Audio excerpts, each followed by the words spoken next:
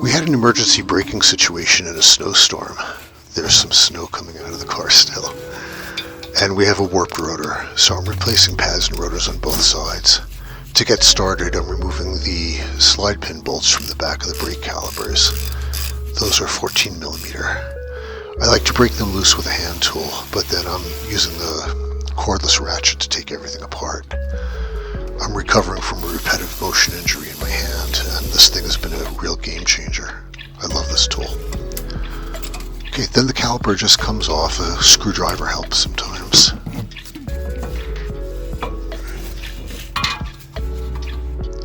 And now I'm going to remove the brake hardware, starting with these springs. There's 2 of them. And then the brake pads. You can see they're really not that worn, but we have a pretty warped rotor. You can really feel it when you're driving. When you look at the new pads, when you put them in, there's one of them that has a little kind of handle piece on it. You'll know it when you see it. It's this one, and the handle piece goes up top. These can be a little bit of a problem to get out. A screwdriver helps with that too. After that, there's 2 pieces of hardware. These are identical. One goes up top, one goes on the bottom. And now these are the caliper mounting bolts, and they're both 19 millimeter. I broke those loose with a breaker bar, and again I'm taking them out with a cordless ratchet.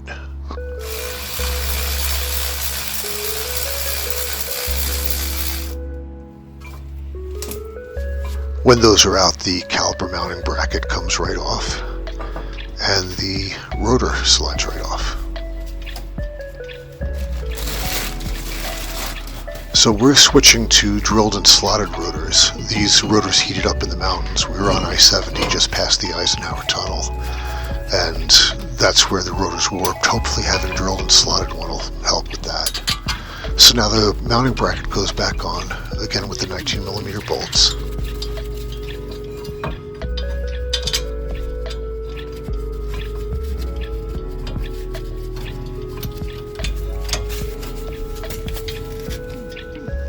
Next step is the new brake hardware.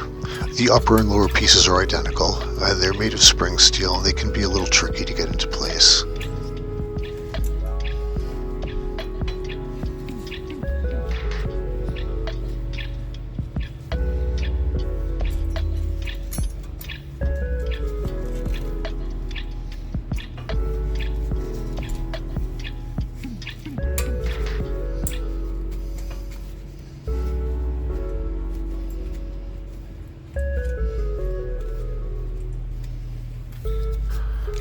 And next up are the brake pads.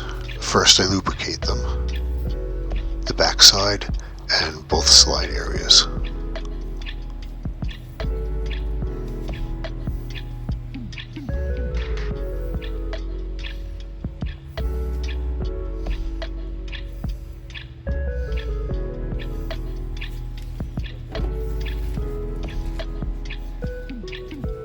And these can be a bit of a pain in the ass to get into place.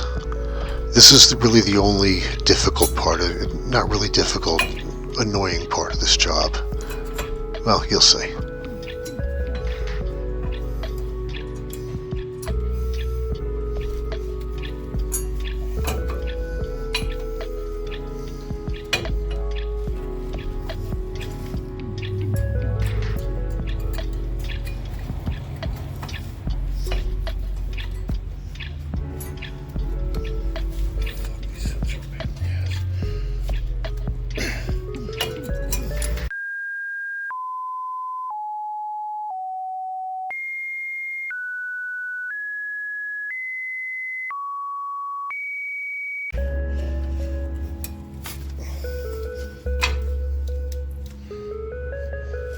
So once the pads are in place, you have to put these springs in.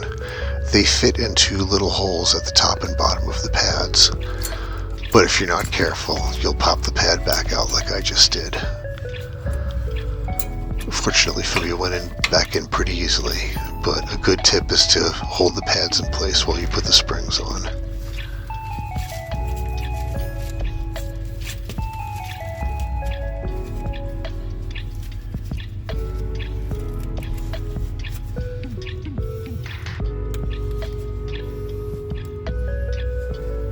Next, the caliper goes back in.